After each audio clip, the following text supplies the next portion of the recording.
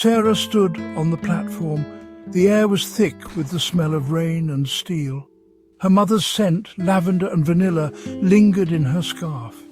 A memory flickered, her mother waving goodbye on this same platform years ago.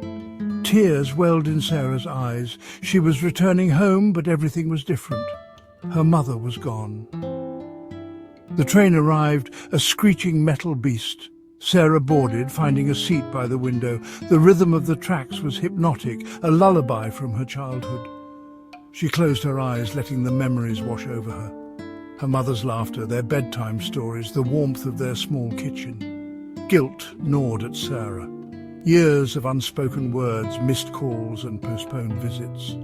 The weight of regret pressed down on her. She had built a life in the city, chasing dreams, forgetting her roots. Now it was too late. The chance to say I love you was gone.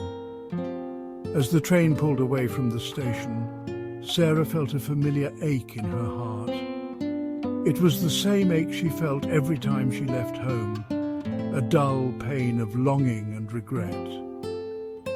But this time, it was different. This time, it was laced with a profound sense of loss. The train sped through the countryside, a blur of green and brown. Sarah watched as fields gave way to forests and villages whizzed by. Each turn in the tracks sparked a new memory. The old bridge where she played as a child, the ice cream parlour where she had her first date, the park where she and her mother had picnics. She saw her own reflection in the window, a stranger staring back. When had she become so distant, so lost in her own life? The train was a time machine, taking her back to a place she barely recognised, both inside and out. The train slowed as it approached a small station. Sarah looked out the window at the familiar platform. It was the same station where she used to catch the train to visit her grandmother as a child. The memories came flooding back, vivid and bittersweet. As the train pulled into the station, Sarah felt a hand on her arm. She turned and saw an elderly woman smiling kindly at her. "You all right, love?" the woman asked. Sarah managed a weak smile. "Yes, thank you," she whispered, her voice thick with emotion. The woman reminded her of her grandmother, her kind eyes and warm smile. A man sat across from her, his face etched with time. He reminded her of her father, a kind stranger. He caught her eye and smiled, a small gesture that pierced through her grief. Hesitantly, she returned the smile. "First time on this train?" he asked, his voice gruff but kind. "No," Sarah replied, her voice catching. "I grew up here." And so began a conversation, a lifeline in the sea of her sorrow. The man's name was Jack, and he was a retired carpenter, returning from visiting his daughter. He spoke of his life, his family, his joys and regrets, his words washing over Sarah like a balm.